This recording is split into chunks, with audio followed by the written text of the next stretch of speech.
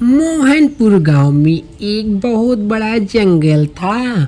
उसी जंगल में इच्छाधारी नागिन और नाग दोनों रहा करते थे। वह दोनों अपनी मड़ी उगलकर उसी की उजाला में इधर उधर टहलते थे।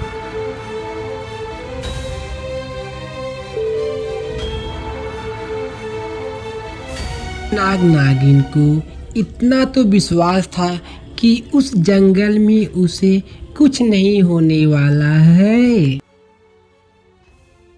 फिर उसके बाद दोनों नाग और नागिन घने जंगल में चले जाते हैं।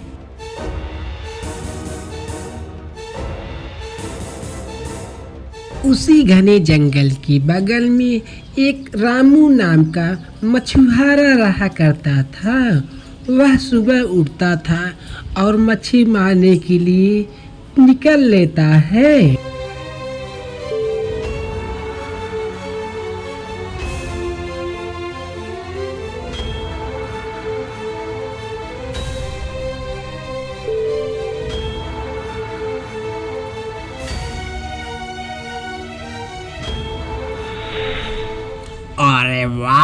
अरे वाह, इतनी ढेर सारी मछलियाँ। आज तो मैं इन मछलियों को मारकर और मार्केट में बेचकर अपनी शादी करूँगा। हाँ।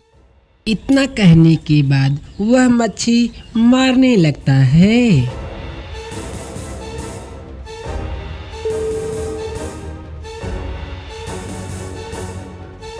वह इतनी मच्छी मार लेता था कि उसकी डोलची एकदम भर जाती है। उसे डोलने में भी काफ़ी तकलीफ होती थी, लेकिन वह खुशी की मारे चला ही जाता था।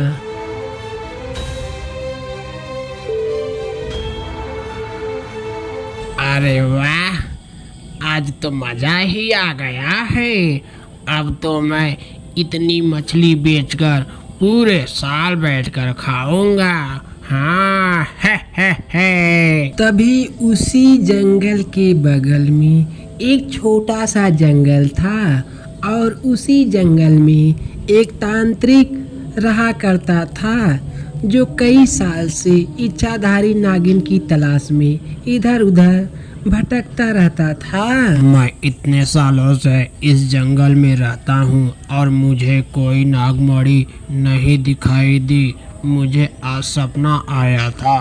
फटफटिया बाबा बोल रहे थे कि बेटे बगल वाले जंगल में चले जाओ, वहाँ पे तुझे इच्छाधारी नाग और नागिन और उसकी नागमणि दोनों मिल जाएगी। हाँ। इतना कहने के बाद वह उसी जंगल में बीन बजाने लगता है जिस जंगल में नाग और नागिन रहा करते हैं। और बीन की आवाज़ सुनकर नाग नागिन सामने आ ही जाते हैं।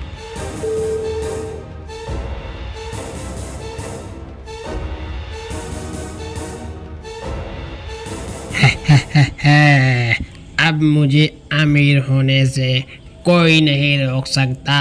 अब तो मेरे पास इच्छाधारी नागिन और नाग और उसकी मणि तीनों मेरे पास है।